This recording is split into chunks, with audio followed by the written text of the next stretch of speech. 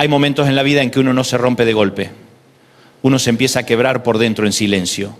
No fue una tragedia enorme, no fue una noticia que partió el día en dos, no fue necesariamente una pérdida visible. A veces todo comenzó con una pregunta pequeña, casi inocente, casi imperceptible. Una sola pregunta. ¿Y si no sale bien? ¿Y si esta vez Dios no interviene?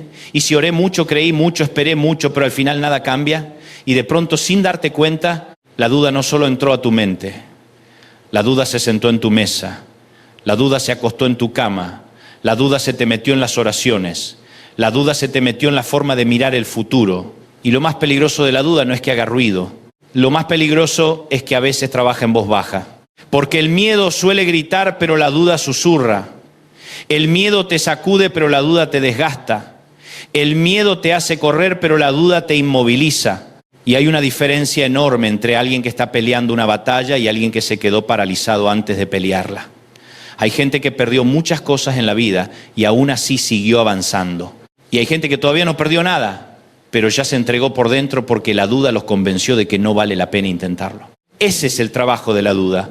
Frenarte antes de llegar, apagarte antes del milagro, convencerte de que te rindas justo cuando el cielo ya estaba moviendo piezas a tu favor. Por eso quiero hablarte hoy de algo que no es teoría, no es una frase decorativa, no es un sermón de domingo para que digas qué bonito estuvo y luego sigas viviendo igual. Quiero hablarte de esta verdad con toda la fuerza de mi corazón. Cuando la duda quiere frenarte, Dios te da seguridad. No siempre te da explicaciones inmediatas. No siempre te adelanta el final del camino. No siempre te muestra el mapa entero. Pero siempre, siempre, siempre le da seguridad a sus hijos. Y esa seguridad no depende de las circunstancias. No depende del saldo de tu cuenta.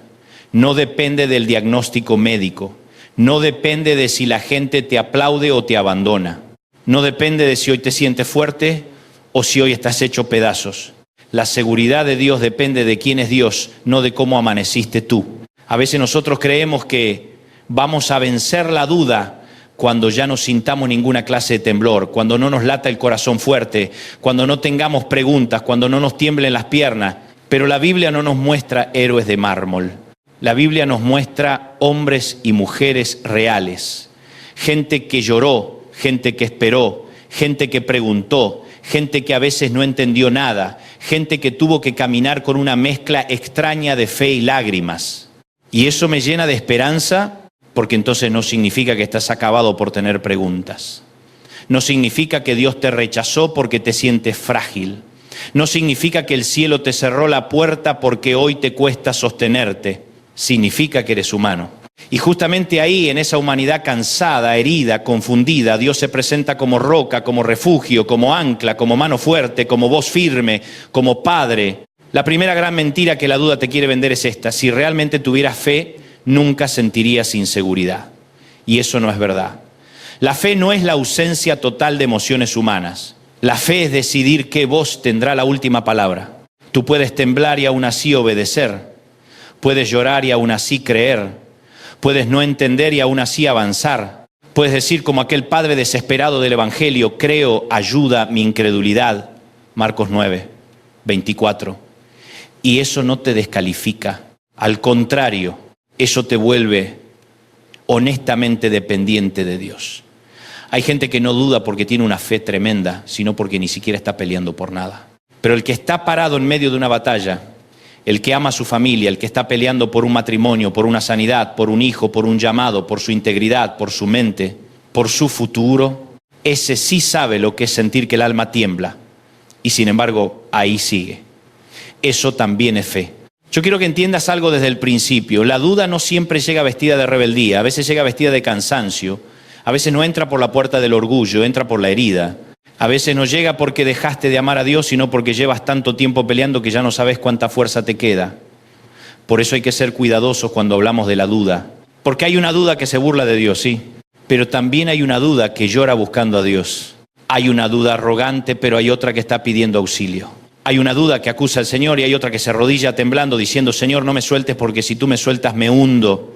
Y yo vine a hablarle especialmente a esa gente, a los que están cansados, a los que no quieren fallarle a Dios pero sienten la cabeza llena de ruido, a los que todavía creen pero ya no con la misma facilidad, a los que siguen orando pero a veces sienten que las palabras les pesan. A eso les digo, la duda podrá intentar frenarte, pero Dios tiene seguridad para darte. La duda es antigua, no nació contigo, no comenzó en tu crisis.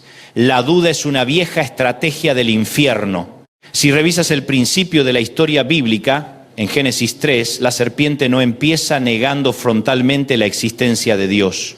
Empieza sembrando sospechas sobre la palabra de Dios, con que Dios les ha dicho. Esa fue la jugada. No fue un ataque frontal primero, fue una insinuación. Porque Satanás sabe que si logra que dudes del carácter de Dios, después vas a dudar de su palabra. Y si dudas de su palabra, luego dudarás de su intención. Y si dudas de su intención, terminarás dudando de su amor. Y cuando un hijo de Dios empieza a sospechar del amor de Dios, ya no lee la vida igual, ya no interpreta el dolor igual, ya no interpreta los silencios igual, ya no interpreta la espera igual, todo se deforma. Por eso la batalla contra la duda no es solo intelectual, es profundamente espiritual. No se trata únicamente de aclarar ideas, se trata de defender el corazón. Porque cuando la duda se instala, ya no solo preguntas, ¿podrá Dios hacerlo? Empiezas a preguntar, ¿querrá Dios hacerlo conmigo? Y esa segunda pregunta duele más, porque entonces ya no se trata del poder de Dios, sino de si tú te sientes incluido en su amor, en su gracia, en su cuidado, en su plan. Y aquí quiero decirte algo que espero que te acompañe cada vez que el alma te tiemble. Si estás en Cristo, nunca eres un caso aparte del amor de Dios. Nunca eres la excepción de su cuidado. Nunca eres el olvido de su agenda. Nunca eres el nombre que se le pasó por alto. Nunca eres el hijo que quedó fuera del abrazo. Nunca. Mira cómo habla el Señor en Isaías 41, 10.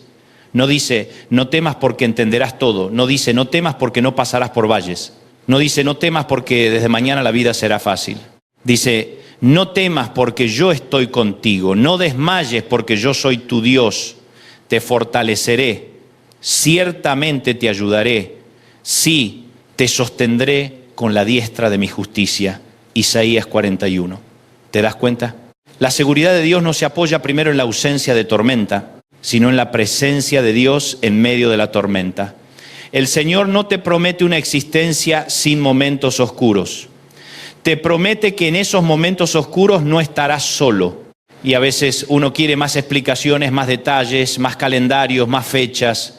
Pero Dios vuelve una y otra vez al mismo punto. Yo estoy contigo. Hay personas escuchándome que no necesitan otra frase motivacional. Necesitan volver a oír esa verdad simple y enorme. Dios está contigo. En el hospital Dios está contigo.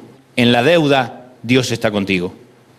En la mesa vacía Dios está contigo. En la casa donde el ambiente está quebrado Dios está contigo. En la madrugada donde no puedes dormir Dios está contigo. En la temporada donde no sabes qué hacer con tu futuro Dios está contigo. En la sala de espera Dios está contigo. Y lo diré aunque te cueste sentirlo. En el silencio Dios está contigo. Porque la presencia de Dios no deja de ser real solo porque hoy no la sientas de la manera que quisieras. A veces nosotros confundimos seguridad con sensación y no es lo mismo. Hay días donde sentirás una paz gloriosa y bendito sea Dios por esos días, pero habrá otros en que no sentirás casi nada y sin embargo la verdad seguirá siendo la misma. Dios no cambia de carácter según tu nivel emocional. Dios no se vuelve menos fiel porque tu corazón hoy anda enredado. Dios no se baja del trono porque tus pensamientos estén cansados. Él sigue siendo Dios. Él sigue siendo bueno. Él sigue siendo Padre. Él sigue siendo roca. Él sigue siendo escudo. Él sigue siendo refugio. Y una de las formas más profundas de madurez espiritual es aprender a descansar más en la verdad que en la sensación.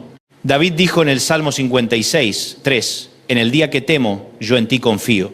No dijo, como ya confío, entonces jamás tendré miedo. No, dijo, en el día que temo, o sea, reconoció la emoción, reconoció la humanidad, reconoció el momento. Pero no dejó que la emoción dictara el destino. En otras palabras, sí hay temor, sí hay presión, sí hay incertidumbre, sí hay guerra por dentro, pero en medio de todo eso yo decido confiar en ti. Qué poderoso es eso. Porque la confianza bíblica no siempre nace de un escenario cómodo. A veces nace en el temblor, a veces nace cuando no tienes fuerza para hablar bonito, A veces nace en una oración entrecortada. A veces nace cuando apenas puedes decir, Señor, no entiendo, pero me aferro a ti. La duda quiere frenarte robándote 4 cosas. Primero, quiere robarte la memoria. Porque si logras olvidar lo que Dios ya hizo, entonces el presente te parecerá absoluto. El problema de mucha gente no es que Dios nunca haya obrado. El problema es que en la crisis se nos borra la memoria espiritual. Se nos olvida cuántas veces nos sostuvo. Se nos olvida que antes también dijimos hasta aquí llegué y sin embargo aquí estamos. Se nos olvida que hubo puertas que se abrieron cuando parecían imposibles. Se nos olvida que hubo noches que creímos interminables y sí terminaron. Se nos olvida que Dios ha sido bueno más veces de las que hemos agradecido. Y cuando la memoria se apaga, la duda se hace fuerte. Segundo, la duda quiere robarte la identidad. Quiere convencerte de que ya no eres hijo sino abandono. Ya no eres llamado sino descarte. Ya no eres escogido sino error. Ya no eres objeto de gracia sino proyecto cancelado. Pero la seguridad de Dios te recuerda una y otra vez quién eres. Eres hijo, eres hija, eres comprado por la sangre de Cristo, eres alguien por quien Jesús murió, eres alguien a quien el Padre escucha, eres alguien a quien el Espíritu Santo sostiene, eres alguien en quien la gracia sigue trabajando y si Dios comenzó la obra no la abandonará a mitad de camino. Tercero, la duda quiere robarte la obediencia. Porque si logra frenarte, aunque sea un poquito, ya ganó terreno. No siempre necesita que retrocedas 20 kilómetros. A veces le alcanza con que no des el siguiente paso. La duda sabe que muchos milagros están al otro lado de una obediencia pequeña. Una llamada que tienes que hacer, un perdón que tienes que otorgar, una decisión limpia que tienes que tomar, un pecado que tienes que soltar, una puerta que tienes que cerrar. Un paso de fe que tienes que dar. Y entonces la duda te dice, espera más, no es el momento, seguro te equivocas, mejor no hagas nada y así te estanca. Cuarto, la duda quiere robarte el enfoque, quiere que mires más el viento que a Jesús, más la ola que la palabra, más el pronóstico que la promesa, más el síntoma que el Señor, más la tardanza que la fidelidad. Y cuando pierdes el enfoque, te ahogas no necesariamente porque Dios te falló, sino porque tus ojos dejaron de descansar en la persona correcta. Por eso me encanta la escena de Pedro en Mateo 14, 28 hasta 31. Pedro le dice a Jesús, Señor, si eres tú, manda que yo vaya a ti sobre las aguas. Y Jesús le responde con una palabra. Ven, qué tremendo eso. No le dio un discurso de 30 páginas. No le dio un curso intensivo de manejo de tormentas. No le dio un manual para caminar sobre el agua, le dio una palabra, ven. Y Pedro caminó. Ahora, escucha esto con atención porque aquí hay una lección gloriosa. Pedro no comenzó hundiéndose, comenzó caminando. Y eso significa que la palabra de Jesús era suficiente, pero en un momento vio el viento, tuvo miedo y empezó a hundirse. Entonces gritó, Señor, sálvame. Y el texto dice que inmediatamente Jesús extendió la mano y lo sostuvo diciéndole, hombre de poca fe, ¿por qué dudaste? Mateo 14:1. Quiero detenerme ahí porque hay gente que lee ese pasaje como si Jesús estuviera humillando a Pedro, pero no. Jesús no lo deja hundirse para enseñarle una lección cruel. Jesús lo sostiene mientras le corrige el corazón. ¿Qué clase de Salvador es este? ¿Te corrige? Sí, pero sosteniéndote. ¿Te confronta? Sí, pero no soltándote. Te muestra dónde flaqueaste, pero con la mano puesta sobre ti. La duda de Pedro no canceló la mano de Cristo. Lo diré otra vez porque alguien lo necesita oír. La duda de Pedro no canceló la mano de Cristo. Pedro se hundió un poco, sí. Se asustó, sí. Miró mal, sí. Pero Jesús seguía allí. Y cuando clamó, Jesús no se demoró, lo tomó. A veces nosotros creemos que si en algún punto flaqueamos, Dios va a retroceder 3 pasos y va a decir, bueno, como no tuviste una fe impecable, arréglate solo. Pero ese no es el corazón del Evangelio. El corazón del Evangelio es que Cristo salva, sostiene, restaura y vuelve a enseñar. No te estoy diciendo que la duda sea buena. No, la duda te puede meter en problemas. Pedro se empezó a hundir por dudar. Santiago dirá que el que duda es como la ola del mar, arrastrado por el viento, inconstante e inestable. Santiago 1, 6 hasta 8. La Biblia no romantiza la duda. Pero tampoco presenta a Jesús como un verdugo de los frágiles. Jesús trata con verdad a los que dudan, pero también con misericordia. Y ahí aparece una tensión preciosa en la Escritura. Por un lado, Santiago nos advierte que la duda nos puede volver inestables, divididos por dentro, arrastrados. Por otro lado, Judas 1:22 dice, a algunos que dudan, convencedlos. O, en otras traducciones, tened misericordia de los que dudan. Entonces, ¿cómo se resuelve eso? Muy simple. Dios no celebra la duda, pero sí acompaña con misericordia a los que están luchando con ella. La iglesia no debe entronizar la duda como si todo diera igual, pero tampoco debe aplastar al que está tambaleando. La casa de Dios no es un museo de impecables, es un hospital para gente que necesita verdad y gracia. Y a veces se nos olvida eso. A veces nos volvemos tan duros con el que está peleando internamente que en lugar de acercarlo a la seguridad de Dios lo empujamos más a la vergüenza. Hay personas que están oyendo esto y dicen, yo no me atrevo a contarle a nadie lo que me pasa por dentro, porque me van a mirar como si yo fuera un desastre espiritual. Y tal vez ya te pasó. Tal vez dijiste, estoy cansado, tengo preguntas, hay cosas que no entiendo, estoy peleando con pensamientos feos. Y alguien, en vez de abrazarte con verdad, te dio un garrotazo religioso. Y desde entonces decidiste sonreír en público y desmoronarte en privado. Pero quiero decirte algo con mucha claridad. La seguridad de Dios también llega a través de la comunidad correcta. Necesitas gente que te recuerde la verdad sin condenarte. Necesitas personas que oren contigo sin escandalizarse de tu temporada. Necesitas voces que te apunten a Cristo, no a la culpa. Miremos otra escena. El padre del muchacho atormentado en Marcos 9, ese hombre llega agotado, desesperado, sin discurso elegante. Y Jesús le dice, si puedes creer al que cree, todo le es posible.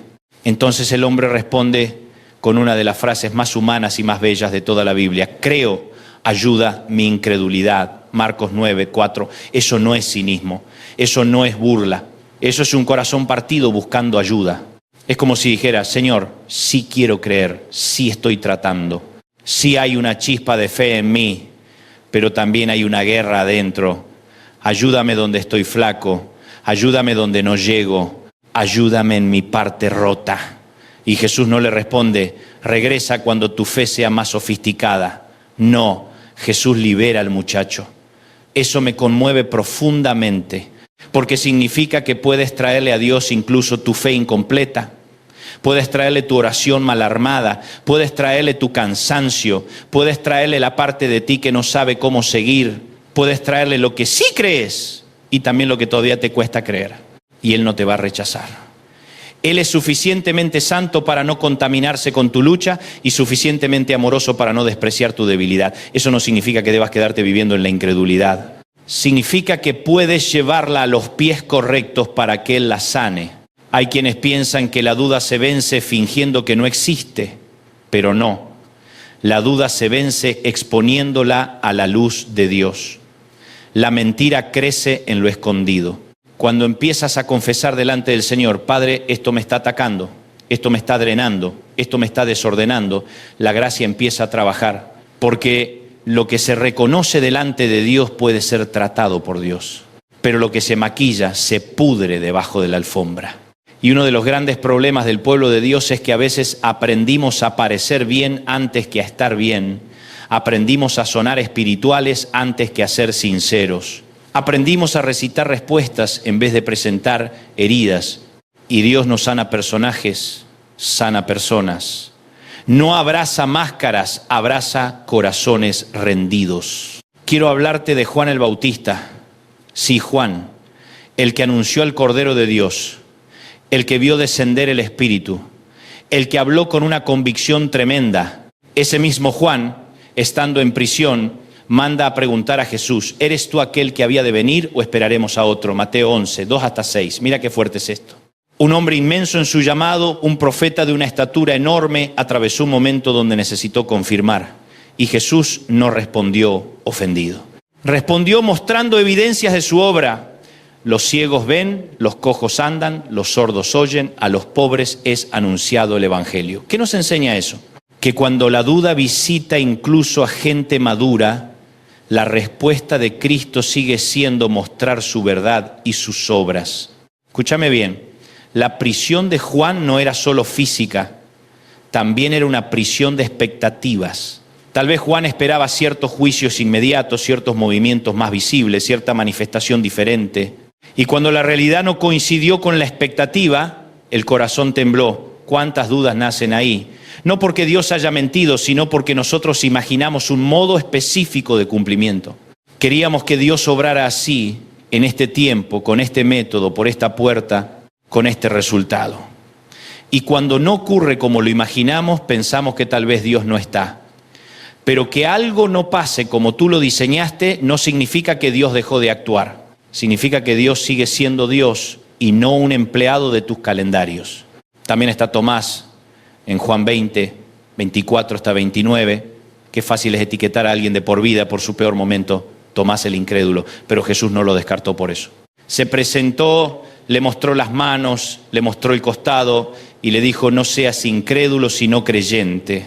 Y después pronunció una bienaventuranza preciosa: bienaventurados los que no vieron y creyeron. ¿Qué me enseña esto? Que Jesús no está interesado en dejarte atrapado en una identidad de duda. Él te visita para sacarte de ahí.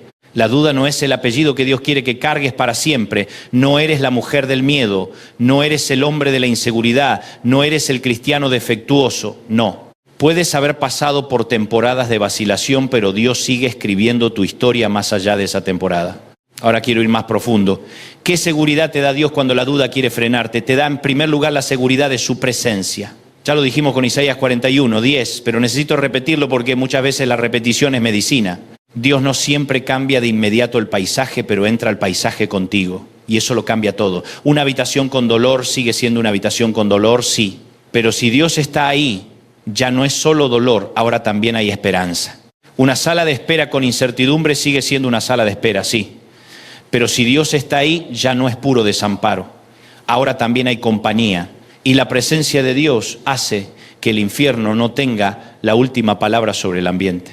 En segundo lugar, Dios te da la seguridad de su palabra. Proverbios 3, 5 hasta 6 dice: confía en Jehová con todo tu corazón y no te apoyes en tu propia prudencia. Reconócelo en todos tus caminos y Él enderezará tus veredas. ¿Qué significa eso? Que no siempre vas a entender el camino antes de recorrerlo. A veces Dios te pide confianza antes de darte explicación. Y aquí es donde la duda se pone nerviosa, porque la duda quiere apoyarse solo en lo que puede calcular. Pero la fe madura dice: no me apoyaré solamente en lo que entiendo, me apoyaré en quien me guía. Esa es una diferencia enorme, porque si tú eres tu única fuente de interpretación, estás limitado a tu perspectiva. Pero si dejas que la palabra de Dios te sostenga, entonces tu mirada ya no queda encerrada en el hoy. Yo sé que hay gente que dice: sí, pero necesito estar seguro de todo antes de avanzar. No, mi querido, si necesitas estar seguro de todo, entonces no estás caminando por fe, estás caminando por control. Y el control es la religión favorita de la carne. Nos hace sentir poderosos, pero en realidad nos seca por dentro. El Señor no te llamó a controlar cada detalle, te llamó a confiar. Y confiar no es irresponsabilidad. Confiar es reconocer que hay un Dios más sabio que tú, más alto que tú, más fiel que tú, más estable que tú, más consistente que tú, más eterno que tú. Y si Él ve lo que tú no ves, entonces vale la pena poner el corazón en sus manos. En tercer lugar, Dios te da la seguridad de su carácter. Escúchame, si quieres vencer la duda, tienes que conocer a quién le creíste. No solo qué prometió, tienes que conocer quién es. Porque a veces lo que sostiene al creyente no es que ya vio el resultado, sino que conoce el corazón del Padre. Tú puedes estar en medio de una ruta que no entiendes, pero si conoces al conductor, descansas. Puedes no entender por qué tardó, pero si conoces su bondad, no concluyes apresuradamente que se olvidó. Puedes no tener resuelto el rompecabezas, pero si sabes quién tiene las piezas, no te desesperas igual. El problema es que mucha gente quiere las promesas de Dios sin querer la intimidad con Dios. Quieren resultados, pero no relación. Quieren respuestas, pero no comunión. Y cuando las respuestas tardan, como no conocen profundamente al Padre, enseguida sospechan de Él. Pero cuando conoces su carácter, algo cambia. Sabes que Él es bueno aunque hoy no entiendas. Sabes que Él es fiel aunque la espera te canse. Sabes que Él es santo aunque el mundo esté torcido. Sabes que Él es Padre aunque el proceso te duela. Sabes que Él no miente, sabes que no improvisa, sabes que no llega tarde aunque a ti te desesperen sus tiempos. Sabes que si cerró una puerta no fue para destruirte, sino para redirigirte. Sabes que si permitió una pausa, no fue porque te odia, sino porque también trabaja en los intervalos. Y esto es importante, porque hay temporadas donde tu alma no será sostenida por lo que siente, sino por lo que sabe acerca de Dios. En cuarto lugar, Dios te da la seguridad de su paz. Segunda de Timoteo 1:7 dice que Dios no nos ha dado espíritu de cobardía, sino de poder, de amor y de dominio propio. ¡Qué texto glorioso! Porque la duda muchas veces se mezcla con confusión, desorden mental, nerviosismo, pánico, y el Espíritu Santo no alimenta ese caos. No estoy diciendo que un creyente nunca sentirá ansiedad o presión. Estoy diciendo que el Espíritu Santo no vino a empujarte hacia la esclavitud del terror. Él vino a recordarte quién manda realmente. El Espíritu de Dios produce sobriedad, claridad, fortaleza interior. No necesariamente quita en un segundo todo conflicto externo, pero sí te va formando por dentro para no derrumbarte a la primera ráfaga. Hay gente que vive tomando decisiones desde el susto, y el susto es mal consejero. El miedo te hace firmar pactos que no vienen de Dios, te hace unirte a personas por desesperación, te hace abrir puertas equivocadas por pánico a quedarte solo, te hace vender barato lo que Dios dijo que valía mucho, te hace renunciar demasiado rápido, te hace interpretar el silencio como rechazo, pero la paz de Dios te devuelve centro, te permite respirar, te permite esperar, te permite pensar con el cielo y no solo con la herida, te permite decir no voy a correr delante de Dios, no voy a fabricar atajos, no voy a moverme por puro susto, voy a esperar en el Señor. Como dijo el salmista, aguarda a Jehová, esfuérzate y aliéntese tu corazón. Sí, espera a Jehová, Salmo 27:14. En quinto lugar, Dios te da la seguridad de su gracia. Y aquí quiero quedarme un rato porque muchos conocen a Dios como proveedor, como libertador, como sanador, pero no terminan de descansar en su gracia. Y la gracia es el gran refugio del creyente cuando descubre que no logra sostenerse a sí mismo. Porque llega un punto donde te das cuenta de que no puedes fabricar por esfuerzo humano una fe perfecta, una mente perfecta, una consistencia perfecta. Y entonces o te entregas a la culpa o te arrojas a la gracia. La gracia no es una excusa para vivir mal. La gracia es el abrazo inmerecido que te vuelve a levantar para que sigas caminando bien. Tomás recibió gracia, Pedro recibió gracia, el padre de Marcos 9 recibió gracia, Juan recibió una respuesta graciosa en medio de su cárcel y tú también la recibirás. El Evangelio no es una competencia de los más firmes, es la noticia gloriosa de que Cristo sostiene a los suyos. No me malinterpretes. La fe importa, la obediencia importa, la perseverancia importa, pero por debajo de todo eso está la mano de Dios sosteniendo a sus hijos para que no se destruyan en su propia fragilidad. Ahora déjame decirte algo que tal vez te sacuda un poco, pero lo digo en amor. Hay dudas que no se resuelven solo orando 5 minutos. Hay dudas que tienes que confrontar con disciplina espiritual. Hay dudas que te vienen porque dejaste de alimentarte de la palabra. Hay dudas que crecieron porque pasaste más tiempo oyendo noticias que oyendo escritura. Hay dudas que se fortalecieron porque abriste tu corazón a todas las voces menos a la voz de Dios. Hay dudas que se inflaron porque estás solo cuando deberías estar acompañado. Hay dudas que se multiplicaron porque juegas con pecados que nublan el discernimiento. No todo es un ataque externo. A veces nosotros mismos le dimos espacio a la niebla. Así que si hoy la duda te está frenando, no solo llores por eso. Haz algo santo y práctico. Regresa a la palabra, regresa a la oración profunda, regresa a la comunidad sana, regresa a la obediencia básica, regresa al altar, regresa al lugar secreto. Regresa a decirle al Señor, háblame otra vez. Porque muchas veces la seguridad de Dios no cae sobre una vida distraída como por accidente. La seguridad de Dios se fortalece en la cercanía. Uno se vuelve más estable cuando aprende a vivir bajo la voz del Padre. No digo que no habrá luchas, digo que estarás mejor equipado para atravesarlas. A veces la duda se parece a niebla. La niebla no siempre cambia la realidad, cambia tu visibilidad. El camino sigue estando allí, pero no lo ves igual. La montaña sigue en su lugar. La carretera sigue bajo tus pies. El precipicio no se movió. El destino no desapareció. Lo único que pasó es que tu visión se nubló Y cuando manejas en niebla, no aceleras como un loco, pero tampoco apagas el motor y te quedas a vivir ahí. Tomas prudencia, enciendes luces, reduces velocidad, sigues las señales, avanzas con cuidado. Lo mismo espiritualmente. Cuando hay niebla en tu alma, no inventes caminos, pero tampoco te entierres vivo. Aférrate a las señales claras, la palabra de Dios, el carácter de Dios, la cruz de Cristo, la guía del Espíritu, la comunión del cuerpo, la memoria de su fidelidad. Tal vez alguno dirá, pero yo ya hice eso y todavía sigo en lucha. Bienvenido a la escuela de la perseverancia. No todas las batallas se resuelven en 24 horas. Algunas se desgastan a fuerza de seguir creyendo. Algunas se rompen por insistencia santa.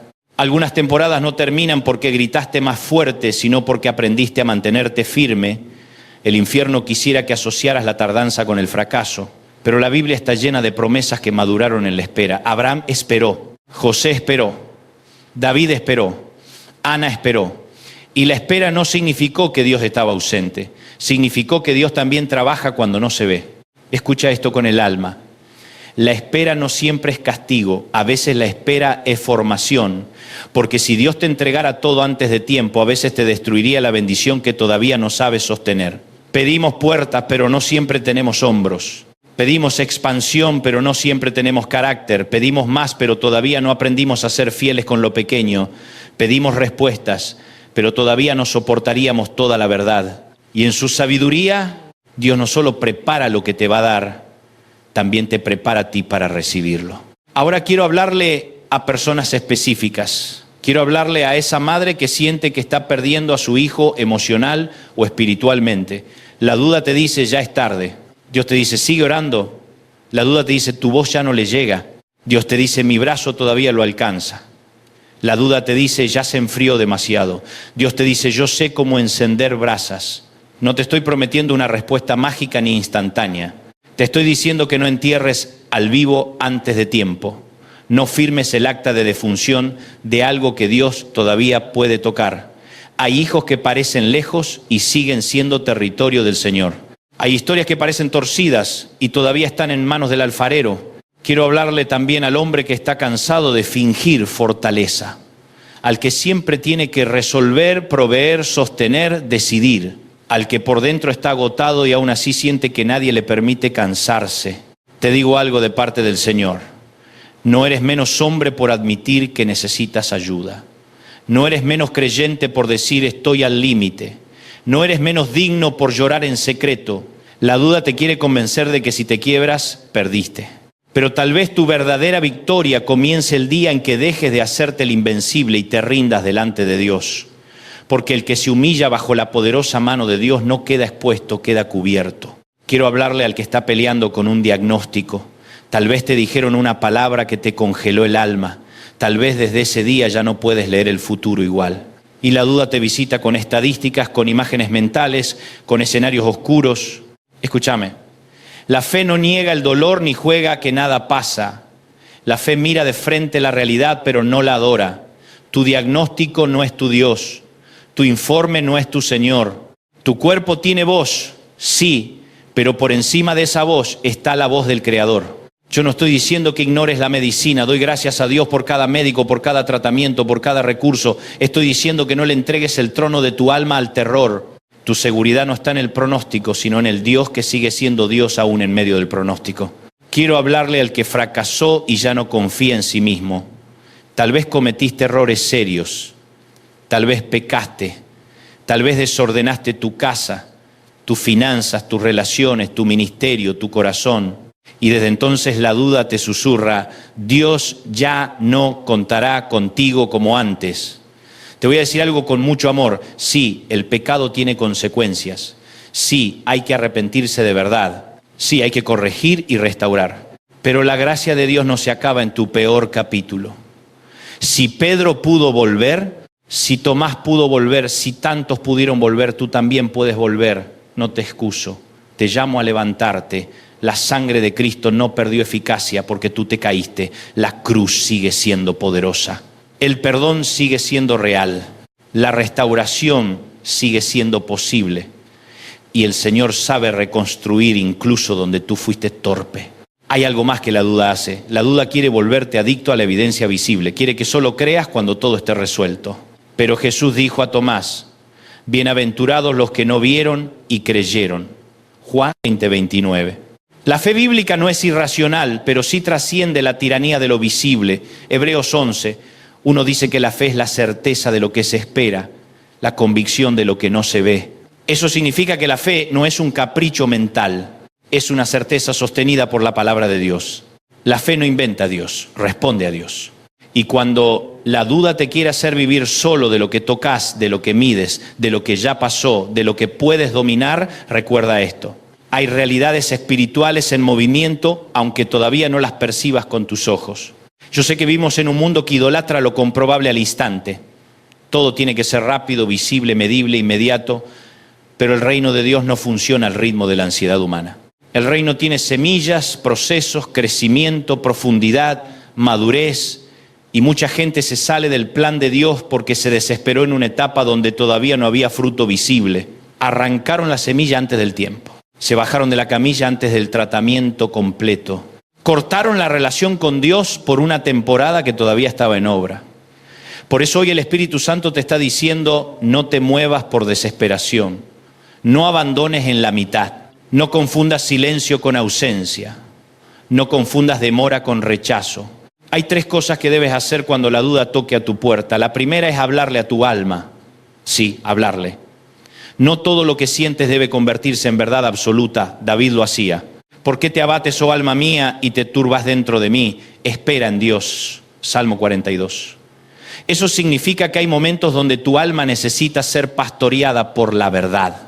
No puedes permitir que el corazón se autogobierne a punta de impulsos. Tienes que aprender a decir, alma, tranquilízate, alma, recuerda, alma, espera, alma, Dios sigue aquí. Hay demasiada gente escuchando su alma, pero no demasiada gente hablándole bíblicamente a su alma. La segunda cosa que debes hacer es recordar lo que Dios ya hizo. Haz memoria de tus rescates. Haz memoria de tus provisiones, haz memoria de tus perdones, haz memoria de las veces que no sabías cómo y sin embargo Dios abrió camino. Israel tenía problemas graves con la memoria espiritual. Veían milagros gigantes y al rato actuaban como si Dios jamás hubiera intervenido. No lo juzgues demasiado rápido porque nosotros hacemos lo mismo. Por eso necesitamos altares de memoria. Necesitamos recordar para no volvernos presas fáciles de la duda. La tercera cosa es obedecer el siguiente paso, aunque sea pequeño. Tal vez no puedes resolver 5 años de incertidumbre hoy, pero sí puedes obedecer hoy, puedes orar hoy, puedes perdonar hoy, puedes cerrar una puerta de pecado hoy, puedes buscar ayuda hoy, puedes llamar hoy, puedes leer la palabra hoy, puedes adorar hoy, puedes decirle a Dios sí hoy. Y muchas veces la seguridad de Dios se fortalece en el movimiento obediente. Pedro no recibió toda la experiencia de caminar sobre el agua mientras seguía dentro del bote analizando.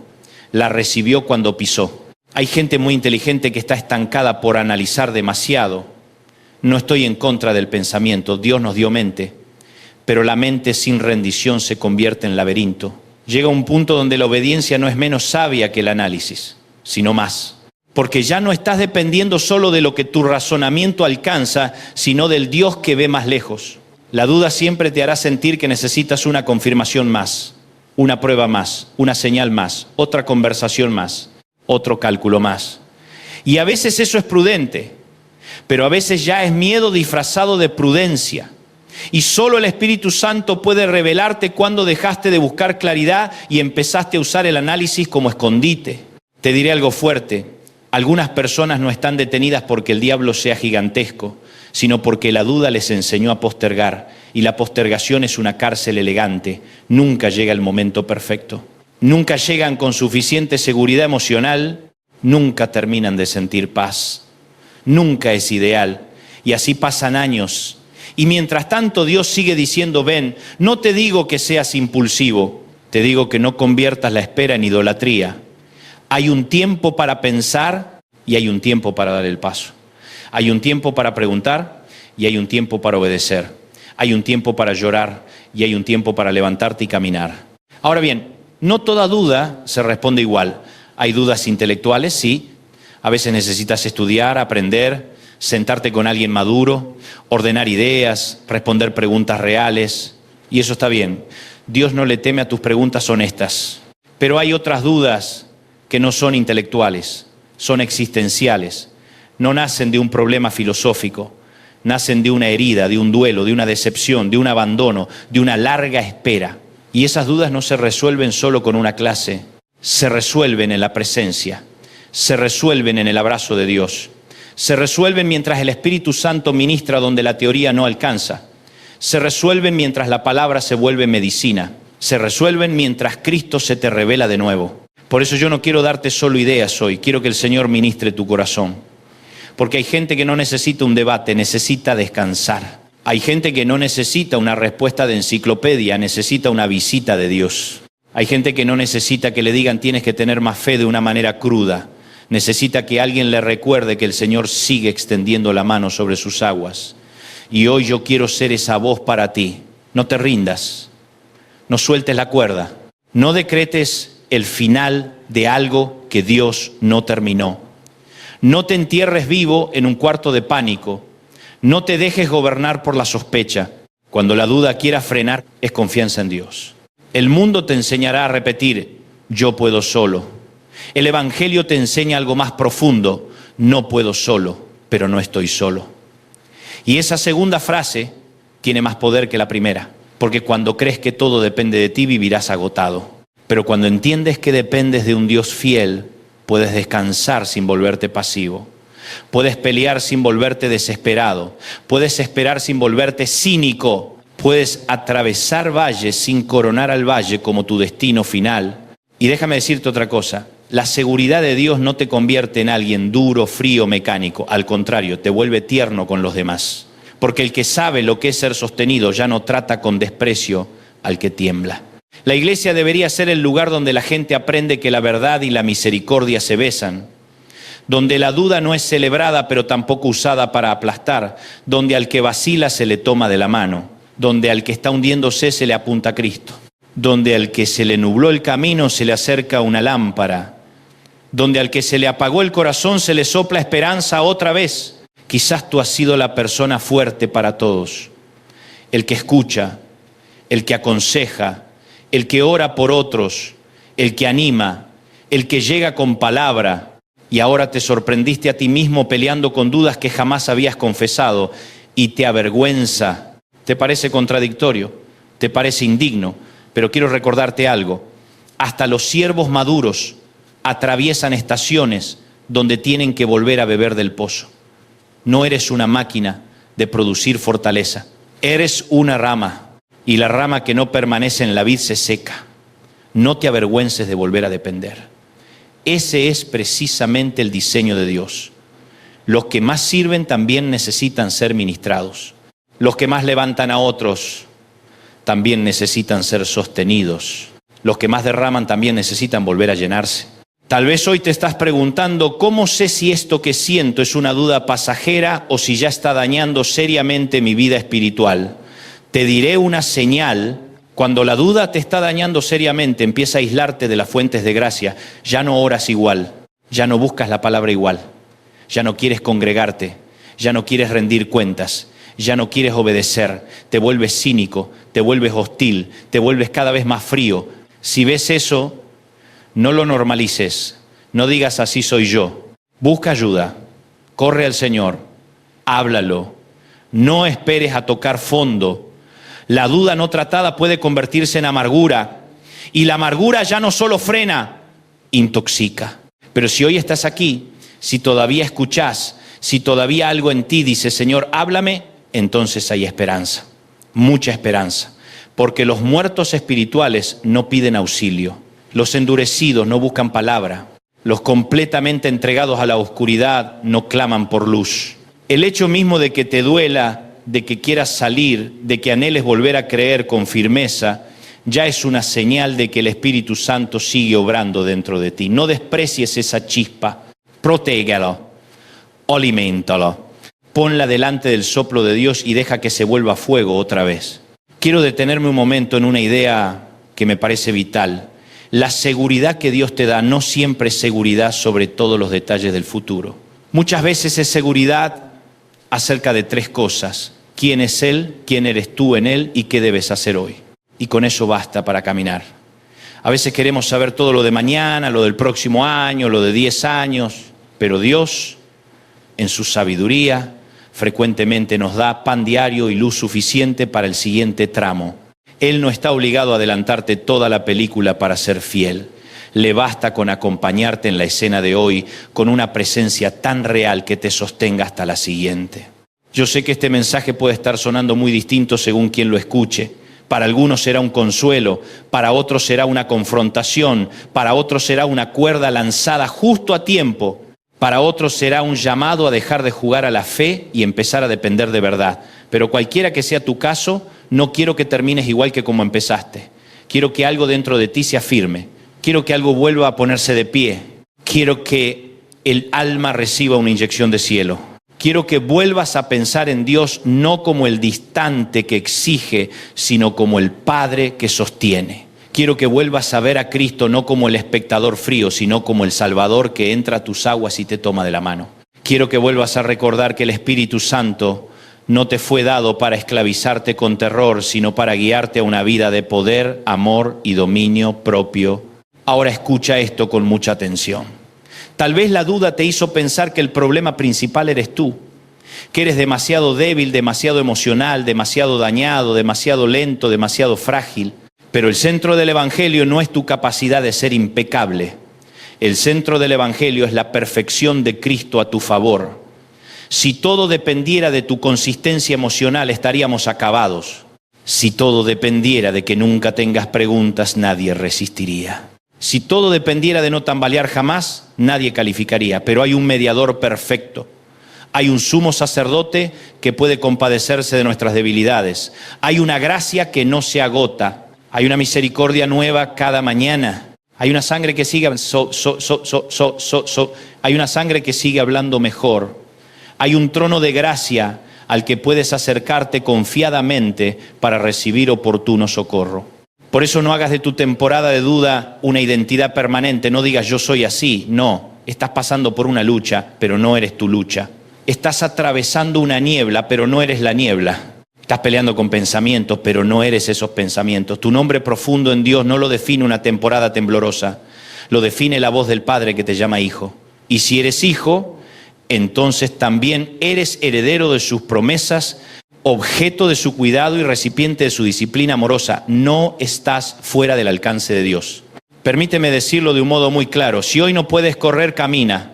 Si hoy no puedes caminar rápido, camina lento. Si hoy no puedes saltar, da un paso. Pero no te quedes entregado a la duda. Haz algo santo, aunque sea pequeño. Susurra una oración, abre un salmo, llama a alguien maduro, arrodíllate 5 minutos, cierra la puerta al pecado que alimenta la oscuridad, apaga esa voz que te envenena, respira y vuelve a decir el nombre de Jesús. A veces la gran victoria del día no será conquistar una montaña, sino negarte a cederle el gobierno del alma a la duda. Y te diré algo que tal vez te haga bien oír. No siempre sabrás en el momento exacto cuándo Dios empezó a revertir una temporada. A veces el amanecer entra sin hacer ruido. Empieza con una palabra que te volvió a tocar, sigue con una oración un poco más libre, luego con una noche donde pudiste descansar mejor, luego con un pensamiento de esperanza, luego con una obediencia pequeña, luego con una paz que no sabías de dónde vino, y un día mirás atrás y dices, no sé en qué momento, pero ya no estoy donde estaba. Así trabaja muchas veces Dios, no siempre con estruendo, sino con fidelidad perseverante. Por eso quiero que escuches esta frase y te la guardes. La duda quiere frenarte mirando tu debilidad. Dios te da seguridad mostrándote su fidelidad. La duda te dice, mírate, Dios te dice, mírame. La duda te dice, no vas a poder. Dios te dice, yo te sostendré. La duda te dice, todo depende de cómo salgas hoy. Dios te dice, yo sigo siendo Dios aunque hoy estés en lucha. La duda te dice, es el final. Dios te dice, todavía estoy escribiendo. La duda te dice, te hundiste. Dios te dice, clama y extiendo la mano. La duda te dice, qué vergüenza que aún pelees con eso. Dios te dice, trae esa lucha a mis pies. Y ahora quiero ir cerrando este mensaje, pero no bajando la intensidad, sino llevándote al centro. El centro siempre es Cristo, no una técnica, no una fórmula de autoayuda espiritual.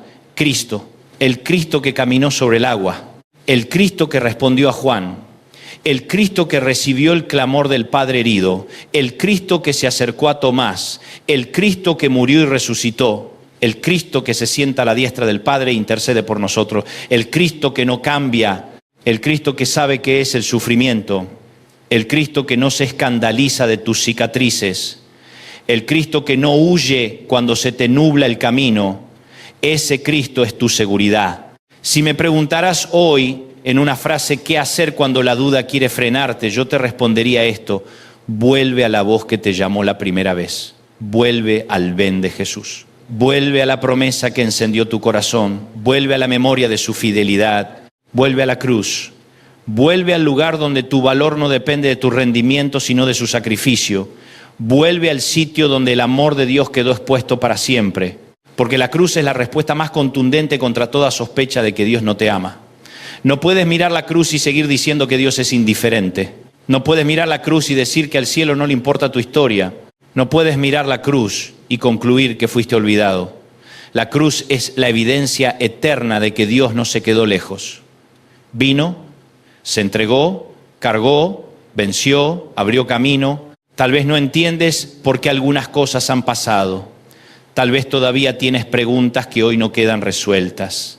No quiero faltarte el respeto dándote respuestas fáciles a dolores profundos. Hay sufrimientos que no se despachan con una frase rápida, pero sí quiero darte esta certeza. Aunque no entiendas todo, puedes estar seguro de quién sostiene todo. Aunque hoy no tengas todas las respuestas, puedes tener al Redentor. Y cuando tienes al Redentor, no tienes todo explicado, pero sí tienes todo finalmente en manos seguras. Así que hoy renuncia al derecho de quedarte abrazado a la duda como si fuera identidad. Renuncia a ser del temor tu asesor principal. Renuncia a coronar la incertidumbre. Renuncia a la mentira de que Dios solo ama a los que nunca flaquean. Renuncia a la voz que te condena por estar cansado y abraza esta verdad. Dios me da seguridad. No porque yo sea invulnerable, no porque yo ya resolví todos mis conflictos, no porque mañana no habrá tormenta, sino porque Él está conmigo, porque su palabra permanece, porque su carácter no cambia, porque su paz gobierna y porque su gracia me sostiene. Quiero que ahí donde estás empieces a recibir esta palabra como medicina para el alma.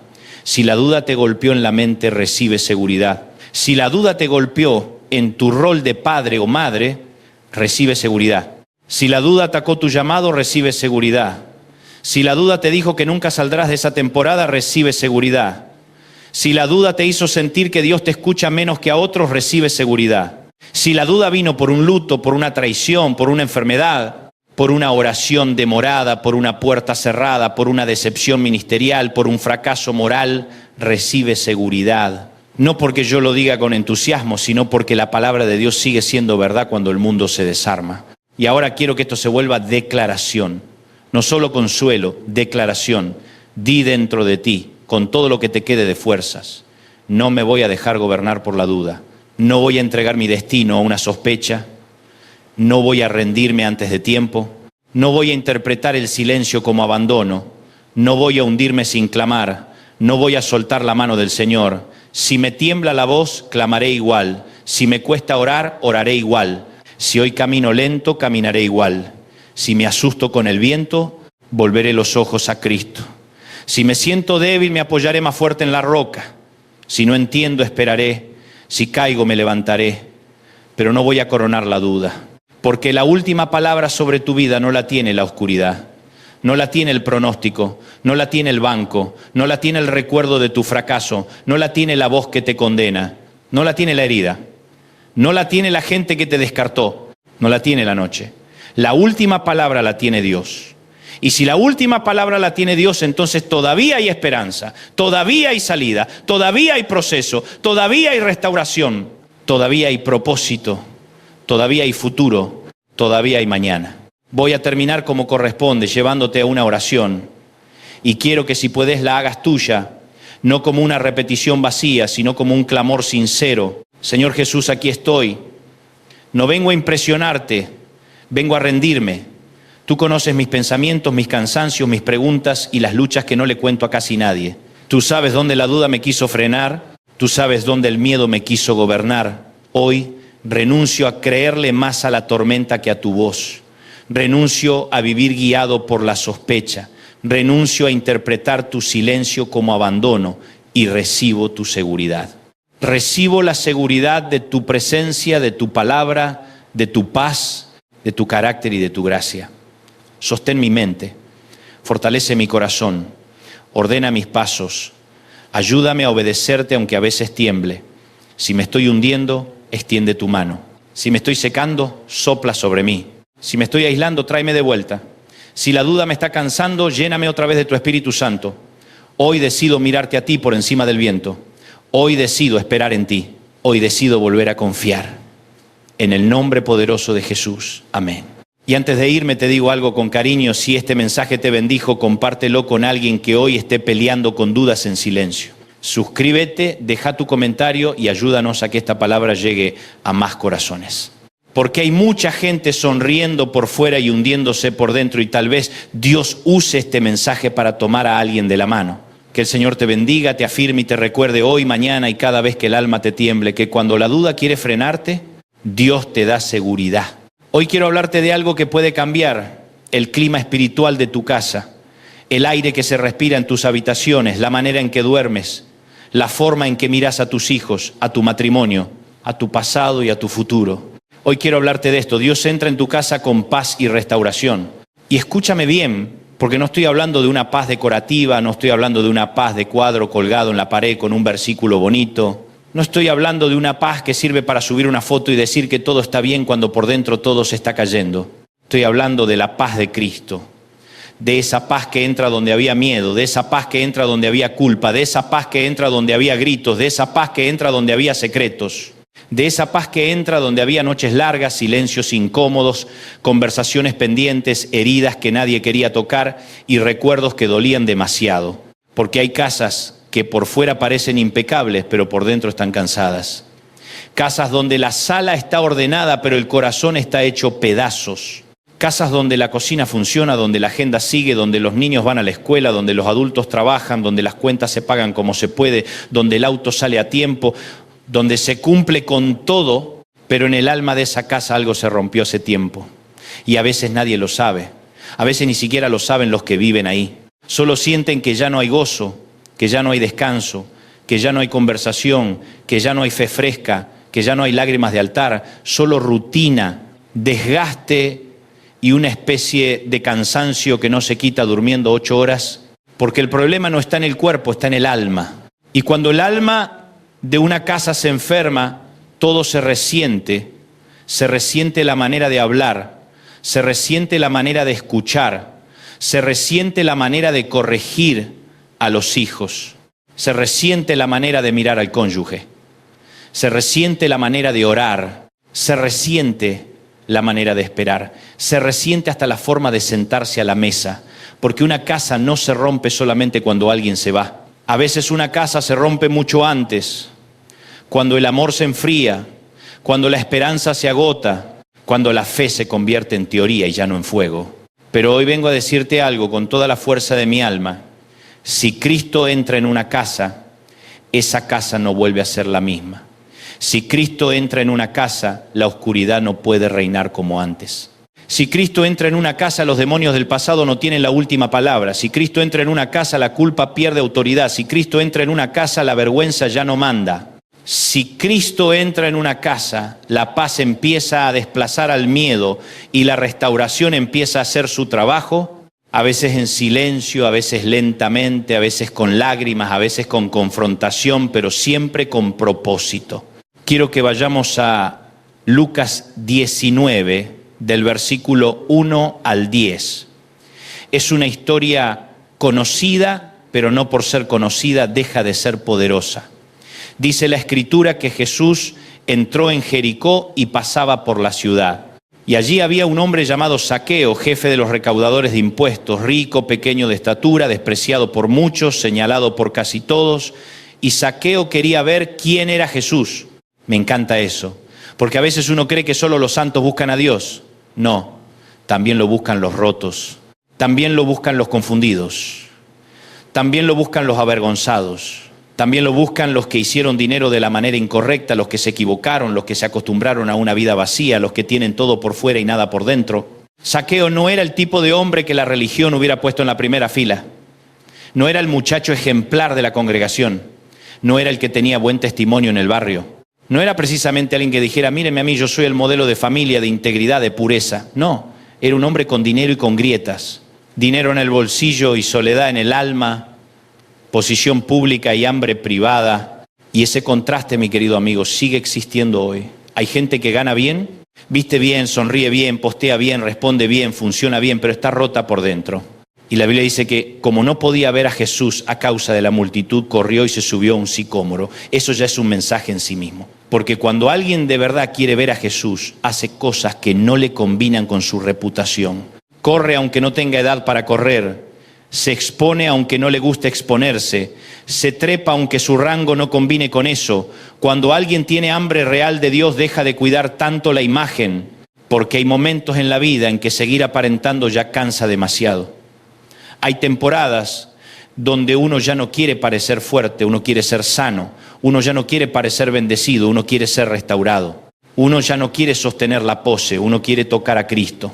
Y cuando Jesús llega al lugar no le pregunta a la multitud quién es el más correcto, no pregunta quién diezmó más, no pregunta quién tiene mejor fama, no pregunta quién se sabe más versículos de memoria.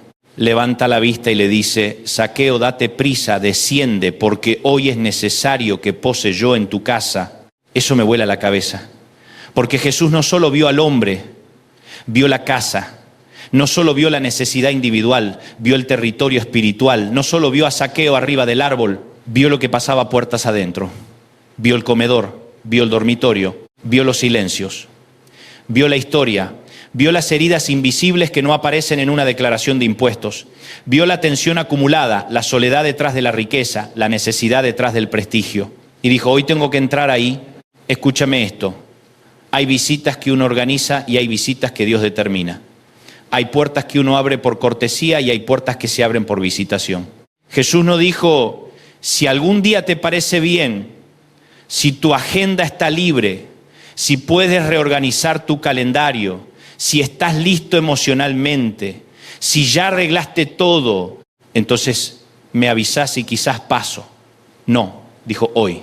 Porque cuando el cielo decide visitar una casa, no siempre espera a que la casa esté ordenada. A veces entra precisamente porque no lo está. Y aquí quiero detenerme un momento. Hay gente que cree que Dios entra solo en casas perfectas, que la presencia del Señor está reservada para hogares impecables, armoniosos, sin conflictos, sin antecedentes, sin discusiones, sin fracasos.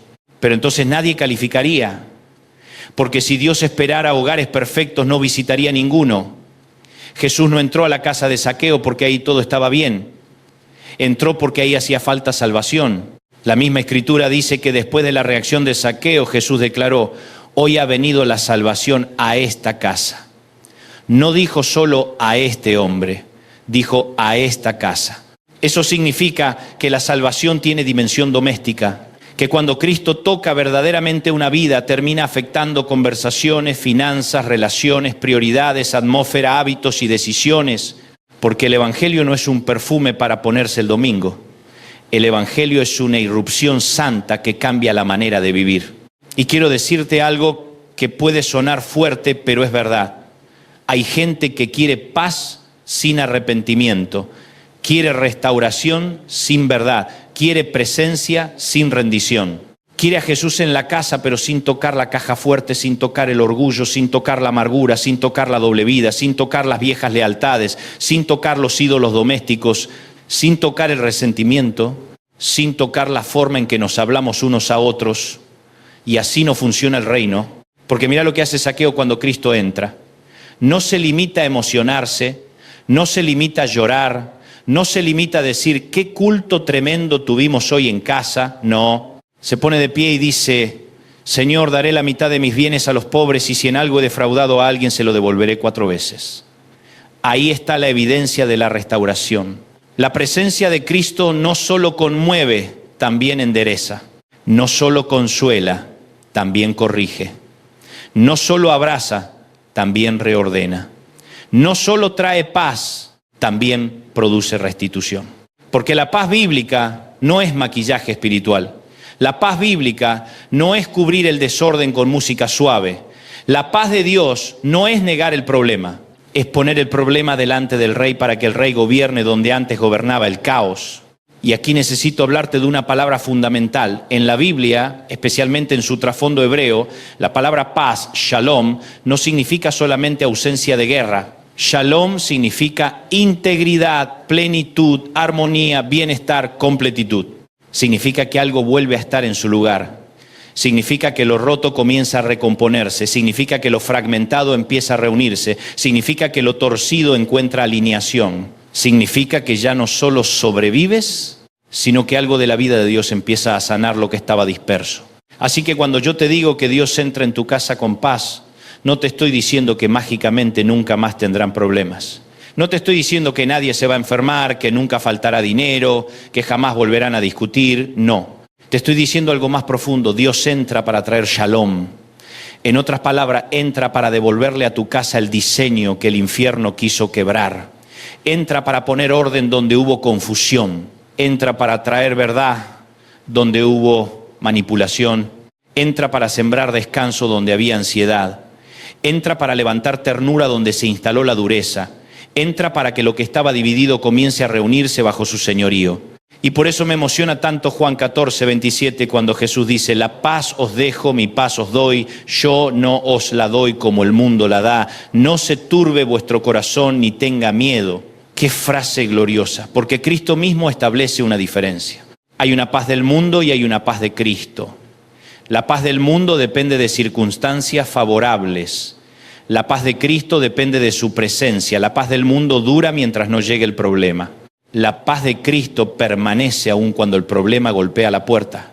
La paz del mundo necesita controlarlo todo. La paz de Cristo descansa en que Él sigue siendo Señor aunque yo no entienda nada. El mundo te dice: vas a tener paz cuando tengas más dinero. Jesús te dice: mi paz no te la doy como el mundo la da. El mundo te dice: vas a tener paz cuando no te falte nada. Jesús te dice: mi paz no depende de eso. El mundo te dice: vas a tener paz cuando todos cambien. Jesús te dice: mi paz puede sostenerte aún mientras yo estoy obrando en los demás. El mundo te dice: vas a tener paz cuando se cierre la herida. Jesús te dice: yo puedo darte paz mientras te estoy sanando. Y esa es una palabra para alguien que me está escuchando hoy. Porque hay casas donde el problema no es la falta de muebles, es la falta de paz. No es la falta de techo, es la falta de reposo. No es la falta de espacio, es la falta de presencia. Y a veces uno intenta solucionar un problema espiritual con recursos puramente humanos. Cambiamos la decoración, cambiamos el auto, cambiamos el colchón, cambiamos de ciudad, cambiamos de agenda, cambiamos de amistades, cambiamos hasta de iglesia. Pero si la raíz no se toca, la ansiedad viaja con nosotros. El conflicto viaja con nosotros. El vacío viaja con nosotros. Porque lo que necesita restauración no siempre es la fachada, sino el corazón del hogar. Déjame decirte algo que quizás te sacuda un poco. Hay hogares donde se habla mucho de Dios, pero Dios no gobierna. Hay casas donde hay Biblias abiertas, pero corazones cerrados. Hay salas donde se ponen predicaciones en la televisión, pero nadie se pide perdón. Hay matrimonios que suben versículos, pero dejaron de mirarse con ternura hace años. Hay padres que quieren hijos santos, pero no les modelan paz. Hay hijos que piden comprensión, pero viven levantando murallas. Y todos necesitamos que Cristo entre y haga lo que nosotros no supimos hacer. Me conmueve mucho Juan 20, 19 al 23. Dice que los discípulos estaban reunidos con las puertas cerradas por miedo. Y entonces Jesús se puso en medio de ellos y les dijo: paz a vosotros. Quiero que lo veas. No estaban celebrando, no estaban cantando victoria. No estaban llenos de confianza, estaban encerrados, con miedo, con la puerta asegurada, con el alma en modo supervivencia. Y Jesús no se ofende por eso, entra, se pone en medio. Y lo primero que les dice no es: qué vergüenza, todavía están así. No les dice: qué poca fe tienen, no les dice: qué decepción de discípulos, les dice: paz. Eso me ministra muchísimo, porque nos revela que Jesús sabe entrar en cuartos cerrados, sabe entrar en ambientes donde el miedo echó llave, sabe entrar en habitaciones donde nadie más pudo acceder, sabe entrar donde la traición dejó trauma, sabe entrar donde el fracaso dejó culpa, sabe entrar donde el futuro da miedo, sabe entrar cuando todos los demás dicen ya no hay nada que hacer. Hay gente que tiene la puerta de su casa abierta socialmente pero cerrada emocionalmente. Todo el mundo entra pero nadie conoce el dolor real. Hay hogares donde se hacen reuniones, cumpleaños, cenas, fiestas, pero el alma de la familia está encerrada. Y Jesús sabe entrar ahí, en la puerta cerrada del padre herido, en la puerta cerrada de la madre agotada, en la puerta cerrada del adolescente confundido, en la puerta cerrada del niño que ya no entiende por qué en casa se siente tanta tensión. Jesús sabe entrar sin destruir, sin humillar, sin exponerte, pero entrando de verdad. Y fíjate algo precioso. En Juan 20 no solo trae paz, también muestra sus heridas. Eso es extraordinario. El Cristo resucitado trae paz, pero no niega las marcas. Trae victoria, pero no esconde las cicatrices. En otras palabras, la paz de Dios no siempre consiste en borrar la historia, sino en redimirla. Hay heridas que Dios sana quitando el dolor, y hay heridas que Dios sana dándoles un nuevo significado. Porque ya no son prueba de derrota, sino evidencia de que sobreviviste, de que Él te sostuvo, de que no te abandonó. Tal vez tu casa tiene marcas, tal vez hubo palabras que jamás debieron decirse, tal vez hubo frialdad, tal vez hubo adicciones, tal vez hubo infidelidad, tal vez hubo abandono, tal vez hubo violencia verbal, tal vez hubo temporadas de carencia muy duras, tal vez hubo diagnósticos médicos que asustaron a todos, tal vez hubo luto, tal vez hubo una traición, tal vez hubo una rebelión de un hijo que te desgarró por dentro. Yo no minimizo nada de eso. Pero te anuncio que Jesucristo sigue teniendo autoridad para entrar en escenarios de miedo y hablar paz sobre ellos. Ahora bien, no confundamos paz con pasividad. Porque cuando Cristo entra, no solo trae serenidad, también establece señorío. Y esa es una parte que a veces no nos gusta tanto. Queremos que nos consuele, pero no que nos reordene. Queremos que nos abrace, pero no que nos confronte. Queremos que nos visite, pero no que nos mueva los muebles del alma. Y Cristo no entra a una casa para ser adorno religioso, entra como Señor. Por eso la historia de Zaqueo me parece tan poderosa. Porque cuando Jesús entra, las prioridades económicas cambian. Y esto no tiene que ver solamente con dinero, tiene que ver con el corazón. Donde antes había acumulación, ahora hay generosidad. Donde antes había abuso, ahora hay restitución. Donde antes había egoísmo, ahora hay responsabilidad.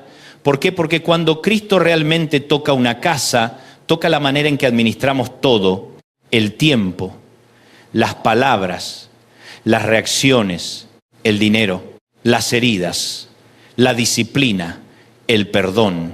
Y aquí quiero hablarte a ti que vienes orando por tu casa hace años, a ti que dices, Señor, salva a mi esposo, salva a mi esposa, toca a mi hijo, restaura mi hogar, cambia el ambiente que se respira aquí, devuélvenos la alegría.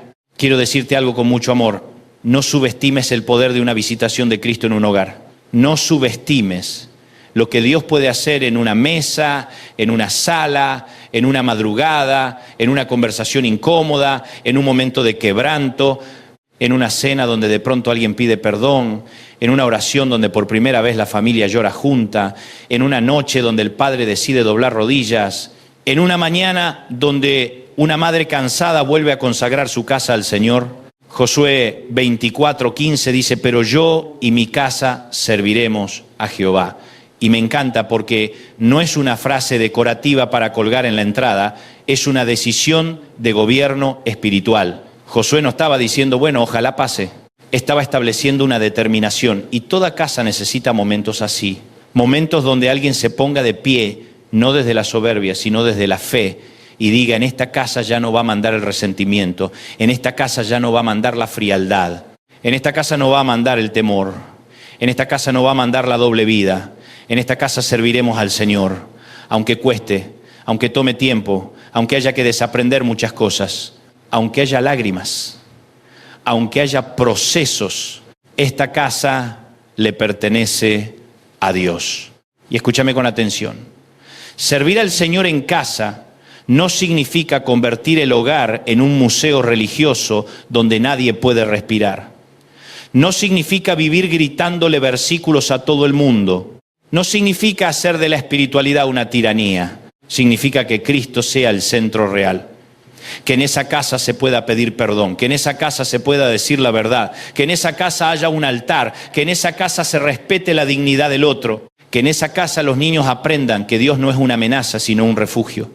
Que en esa casa el cansado encuentre misericordia, que en esa casa el herido pueda sanar. Hay algo precioso también en 2 Samuel 6, 11. Dice que el arca del Señor estuvo en casa de Obed-edom 3 meses. Y Jehová bendijo a Obed-edom y a toda su casa. Qué imagen maravillosa. La presencia de Dios en una casa trae bendición. No porque la casa se vuelve mágica, no porque se convierte en un amuleto, sino porque la cercanía con Dios siempre transforma la atmósfera. Hay hogares que cambian no cuando cambia el sofá, sino cuando vuelve el altar. Hay hogares que cambian no cuando todos tienen la razón, sino cuando todos se rinden delante de la presencia. Hay familias que no necesitan una estrategia más. Necesitan volver a recibir el arca, volver a honrar la presencia, volver a dar lugar a Dios. Y aquí hago una aplicación pastoral muy clara, donde la presencia de Dios es bienvenida, algo empieza a florecer. A veces no florece todo al mismo tiempo, a veces primero florece la paciencia, luego florece la ternura, luego florece el dominio propio, luego florece la honestidad, luego florece la confianza, luego florece la alegría. Pero cuando Dios habita en un hogar, la esterilidad no tiene la última palabra. Quizás tú dices, pero en mi caso hubo cosas muy duras, yo te creo. Hubo temporadas donde nadie quería volver, yo te creo. Hubo palabras que todavía resuenan en las paredes, yo te creo. Hubo decepciones espirituales, hubo religiosidad, hubo incoherencias, hubo heridas, yo te creo. Pero también te digo algo, la gracia de Dios sabe trabajar con ruinas. Y a veces el Señor hace sus obras más hermosas, no sobre casas impecables, sino sobre casas cansadas que le vuelven a abrir la puerta. Apocalipsis 3:20 dice, he aquí yo estoy a la puerta y llamo. Si alguno oye mi voz y abre la puerta, entraré a él y cenaré con él y él conmigo. Qué delicadeza la de Cristo. Él no patea la puerta, Él llama. Él no irrumpe como invasor. Él invita. Él no humilla tu resistencia. Él llama a tu conciencia, Él toca tu memoria, Él golpea tu corazón y te dice, si abres, entraré.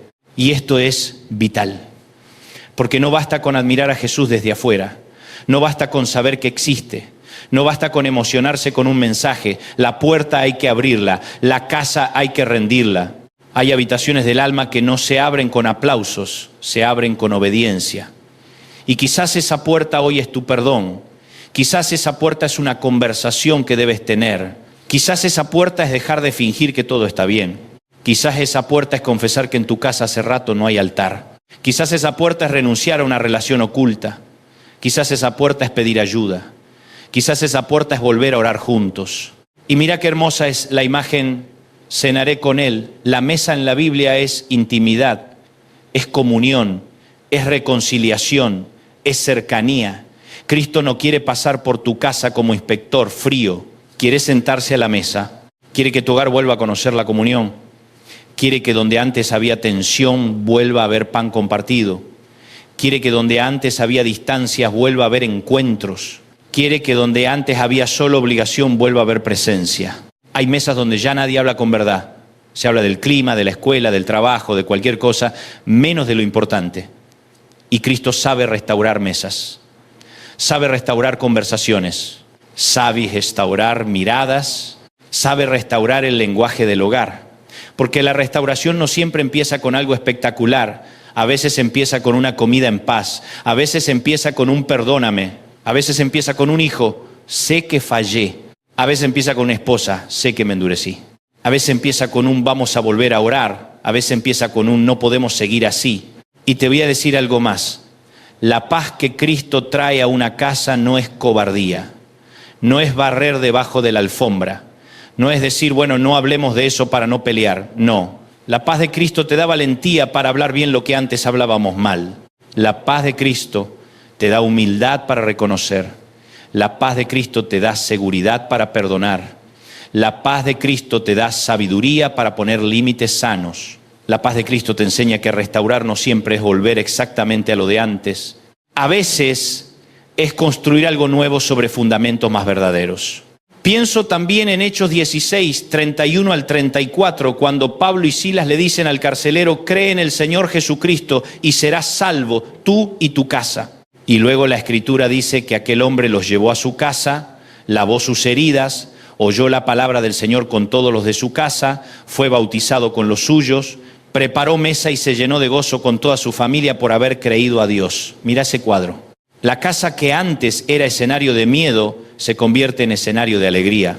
La casa que antes estaba vinculada a cadenas se llena de palabra, de agua, de mesa, de gozo. Eso es lo que hace Cristo. Toma ambientes marcados por la opresión y los convierte en lugares de testimonio. Toma historias de vergüenza y las convierte en historias de redención. Toma hogares donde solo se respiraba supervivencia y les devuelve la alegría. Y a veces uno piensa, bueno, pero eso era en la Biblia. No, mi querido, el mismo Jesús sigue obrando hoy, sigue entrando en casas, sigue restaurando matrimonio, sigue salvando hijos, sigue levantando padres, sigue quebrando la dureza, sigue sanando memorias, sigue haciendo del comedor un altar y del llanto una semilla de gloria. Ahora, seamos honestos, hay casas que están en guerra, no necesariamente una guerra escandalosa, a veces guerras silenciosas, la guerra del resentimiento, la guerra de los sarcasmos, la guerra de los castigos emocionales, la guerra del orgullo, la guerra de la indiferencia, la guerra de no tocar nunca el tema real, la guerra de vivir juntos pero cada uno atrincherado en su esquina, la guerra de convivir sin comunión, y esa guerra desgasta más que un grito, porque hay silencios que hacen más daño que una discusión. Hay frialdades que son más crueles que una pelea. Hay hogares donde hace años nadie insulta, pero tampoco nadie ama en voz alta. Y la paz de Dios viene a confrontar eso también. Porque Cristo no viene solo a apagar incendios, viene a sanar la estructura. Viene a preguntarte qué cimientos estás usando. Viene a mostrarte que la familia no puede sostenerse solo con disciplina sin ternura, ni con emociones sin verdad, ni con provisión sin presencia, ni con religión sin compasión. Muchos padres creen que porque traen pan ya cumplieron todo. Y claro que la provisión importa, claro que trabajar importa, claro que pelearla afuera importa, pero tus hijos no solo necesitan techo, necesitan paz, necesitan oírte orar, necesitan verte pedir perdón, necesitan sentir que la fe no es un discurso dominical, sino una atmósfera cotidiana. Necesitan saber que en casa se puede fallar sin dejar de ser amado y se puede corregir sin dejar de ser digno. Y muchas madres están agotadas sosteniendo atmosféricamente la casa. Son las que oran, las que perciben, las que interceden, las que se tragan lágrimas para que el ambiente no se desmorone. Y hoy el Señor te dice, no estás sola. Yo también estoy entrando en esa casa. Yo también estoy oyendo lo que nadie oye. Yo también estoy viendo el desgaste. Yo también estoy recogiendo tus lágrimas. Yo también estoy obrando aunque no lo veas completo todavía. Y a los hijos quiero hablarles también. Porque a veces uno escucha mensajes sobre la casa y piensa solo en mamá y papá. No, tú también eres atmósfera, tú también eres puerta, tú también puedes volverte instrumento de paz o de caos. Tú también decides si seguirás reproduciendo la violencia heredada o si serás una generación que le ponga fin. Tú también puedes decir, Señor, yo no quiero que en mi futuro se repitan las ruinas de mi pasado. Entra hoy en mi corazón y enséñame un nuevo modo de amar, porque eso hace Cristo.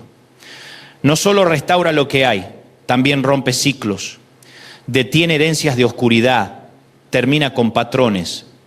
Hay familias donde el orgullo viene de generaciones, otras donde la infidelidad parece repetirse, otras donde la dureza emocional pasa de abuelo a padre y de padre a hijo, otras donde la pobreza no es solo económica, es pobreza de afecto, de palabras sanas, de presencia.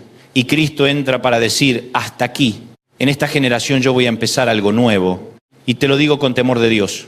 No hay argumento psicológico, sociológico o histórico que sea más poderoso que el señorío de Cristo cuando alguien realmente le abre la puerta. No estoy despreciando la ayuda profesional. Al contrario, Dios también usa consejeros, terapeutas, médicos, pastores, procesos. Pero por encima de todo eso está el poder del Señor para tocar el corazón humano. El que hizo al hombre sabe cómo restaurarlo. El que diseñó la familia sabe cómo sanarla. El que creó la casa sabe cómo volverla morada de paz. Y quizás me estás oyendo desde una casa donde hoy mismo hay tensión. Tal vez ni siquiera puedes escuchar libremente este mensaje. Tal vez estás con audífonos porque no quieres que otros sepan que estás llorando. Tal vez estás en el baño, en el auto estacionado, en la cocina mientras todos duermen, diciendo por dentro, Señor, entra ya, déjame profetizarte algo santo, tu oración no cae al suelo. Cristo sabe encontrar la puerta correcta. Él sabe llegar al rincón exacto. Él sabe entrar donde la lógica ya no alcanza. Él sabe hacer en 1 minuto lo que la autosuficiencia no logró en 10 años. Pero escucha esto también. Cuando Él entra, no entra solo para darte alivio momentáneo, entra para establecer reino. Entra para que haya una nueva cultura en la casa, una cultura de honor, una cultura de verdad, una cultura de perdón, una cultura de adoración, una cultura donde el ego ya no sea rey, una cultura donde los hijos no tengan que adivinar si son amados, una cultura donde el matrimonio sea cuidado, una cultura donde la disciplina no destruya la dignidad.